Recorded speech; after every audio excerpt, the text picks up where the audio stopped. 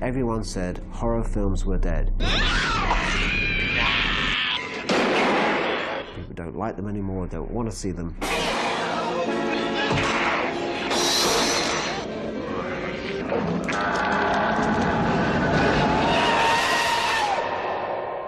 The early 80s, I started a company called Palace with my partner Nick Powell.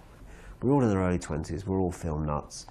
We all work 24 hours a day, none of us ever really cared about anything but movies. It was very, very early days of video. And Nick asked me, he was ex-Virgin, he used to be a partner of Richard Branson, if I would be interested in starting a label based on the kind of movies I showed in my cinema. I ran and owned a cinema called the Scala Cinema in King's Cross. It was a repertory cinema, we changed the program every day. We showed movies like Eraserhead, we showed films like the John Waters films, we showed Fassbinder movies, we showed Cocteau films, Kurosawa films, and strange movies. Those kind of movies weren't really being distributed on video, so Nick asked me to go to festivals and see what's around, see what you like to put on the label. I picked up John Waters' catalogue, I bought Mephisto, I bought Fitzcarraldo. But unfortunately, we realised that the kind of audience that was there for videos in those days, in the early 80s, was really not very sophisticated. People were selling videos in those days. People were buying them from garage, from gas stations, from all sorts of like dingy places. Real under-the-counter kind of places. But what they were selling was what they called video nasties, horror movies.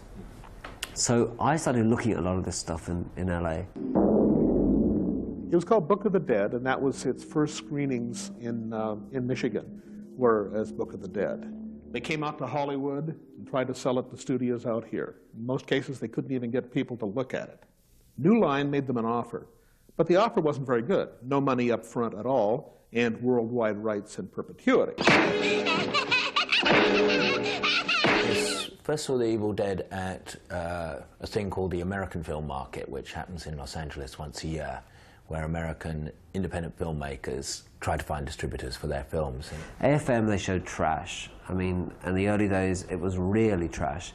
It was garage band kind of movies. It was real gonzo films. Stuff that really mainly was seen by people at home on their own while they're sharpening their chainsaws. It was my first visit there with my partner, Stephen Woolley, and he had seen it and came back to tell me very excitedly that he'd seen this terrific horror picture that had like all the elements and was bloodier than anything he'd ever seen before. And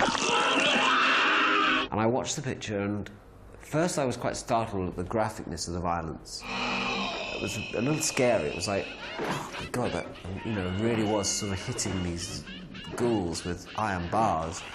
But then after the ghouls were being hit continuously for a few times more gratuitously and more grotesquely than normal, you began to see the humour of it. I was also struck by how superbly well filmed it was.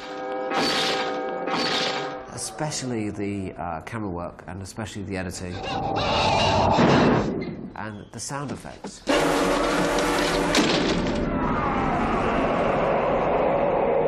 There's a beautiful shot that goes across the rafters, and as it passes the two rafters, for no reason whatsoever, it makes a noise. So it goes across these rafters and it goes wah, wah, wah. It's absurd. It's a sound. It's making the sound of a camera passing an object. I rushed out to buy it and was confronted by this old guy called Irving Shapiro. He had been in film distribution since the 1920s. Among the films he distributed over here were Nanook of the North and The Cabinet of Dr. Caligari. He had actually sold Battleship Potemkin in the 30s. This guy was a really old guy. And he looked at their picture and said, "You know, boys, it isn't Gone with the Wind, but I think I can make you a little money." The first thing he had them do was to change the title from Book of the Dead to The Evil Dead. And he was quite taken by my knowledge of cinema, my knowledge of films, and the fact that I was respecting The Evil Dead as a piece of filmmaking and not as a piece of schlock.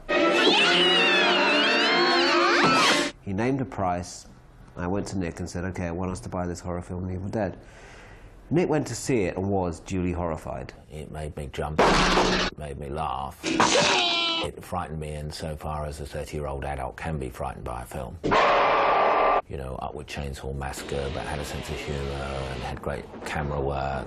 I mean, it was great, and you met the director, who was like 3 years old and was a wonderkind of this, that and the other sort, who was Sam Raimi. And I was very young. I started that company, I started Palace, I was 24 or something, 25. And this guy was younger than me. I was unheard of that there was to be somebody younger than me making a film which I thought was made in such a professional way. I think he was 22 or 23, and he called me sir, which was kind of slightly irritating as well. I have to say, you know, I don't like being called sir, but he insisted on calling me sir, and insisted on being incredibly polite, not sweary, show-offy. You know, you'd have expected some video buck to have made the film with full of confidence and vigour and aggression, and not at all. Sam was very sweet in a kind of disarming manner. I mean, you really could take him home to your mother. I mean, he was the loveliest man. And when we met Sam Raimi, the director, and Bob Tappert, the producer, you know, we realised also we had in them people who would be great to promote this film. The other most influential person in getting Evil Dead known was, in fact, Stephen King.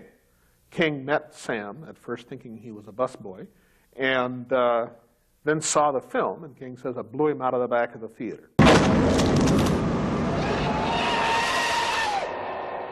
We had a very specific idea about the kind of campaign we had. I used a guy Graham, never done a campaign in his life, a horror film, sent me some things just as a, you know, off the top. I'm at art school, here are some drawings.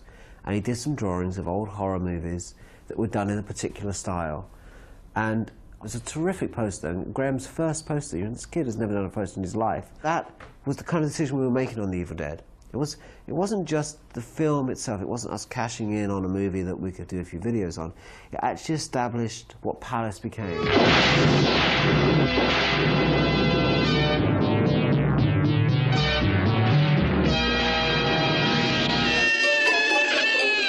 Then we did something really audacious. We released the film theatrically, in cinemas, and on video at the same time. This was unheard of. I think the first and indeed the last time this has ever been done. And we were a bit naughty because we didn't really tell either side that we were doing that. The rank circuit, who realised we got away with this trick, went completely balmy, went completely nuts. We figured that at that point, the cinema audience and the video audience were so different and separate that we could hit both at the same time. Evil Dead was massive on video. It was the biggest renting video, according to some of the magazines, that particular year. It was the biggest video hit of its time, of its year. I think it sold 50,000 copies in 1 year, which at sell-through, which was, I think, between £40 and £50 at the time. And the theatrical was also successful, but not to the same extent, but still, for a horror movie, an independent horror movie that cost, you know, 10 cents, it was a massive success. Evil Dead became a landmark film in terms of people realising that video was here to stay and was a big deal. It became a landmark film for censorship, because as well as being an incredibly successful film, it became a very controversial film.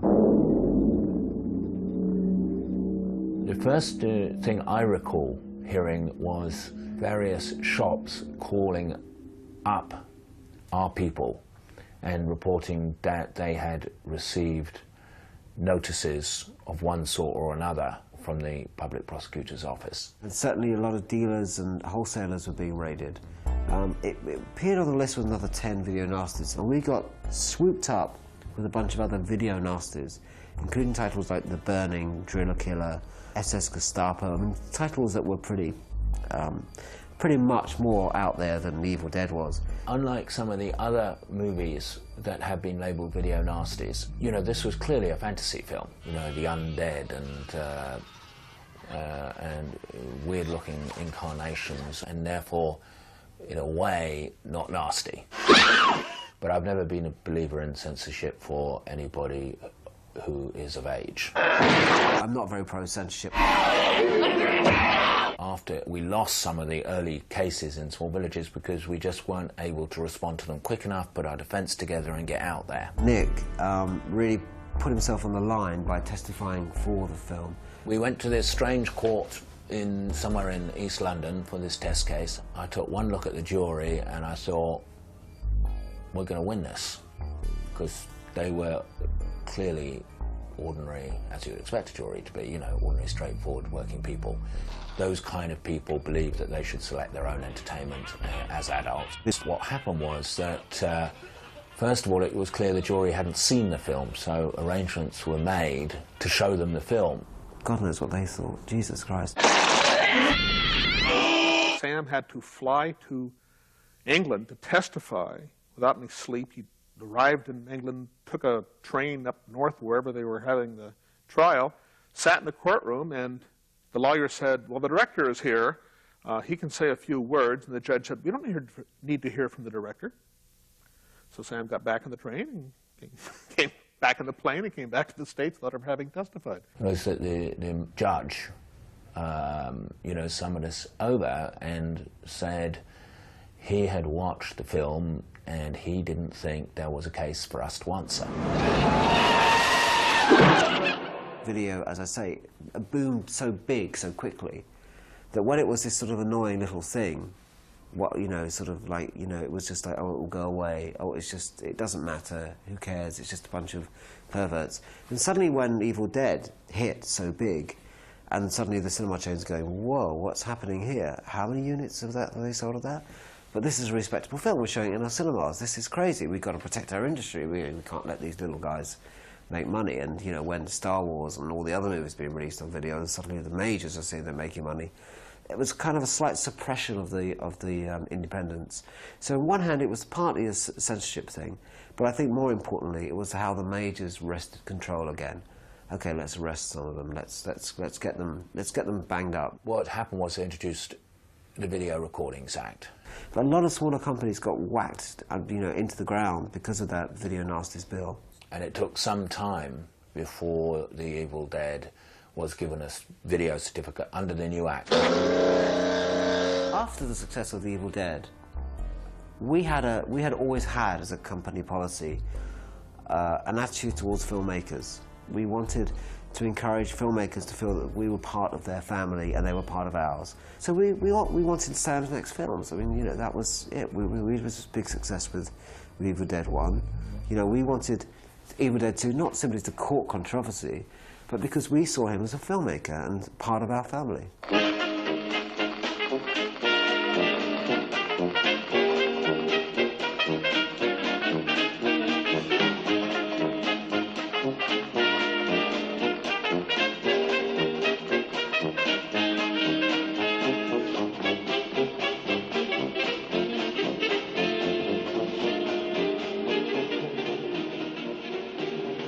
But he's gone on to make some fantastic films since, of which Simple Plan is just fantastic, Sam. I just thought I'd let you know that, in case you see this.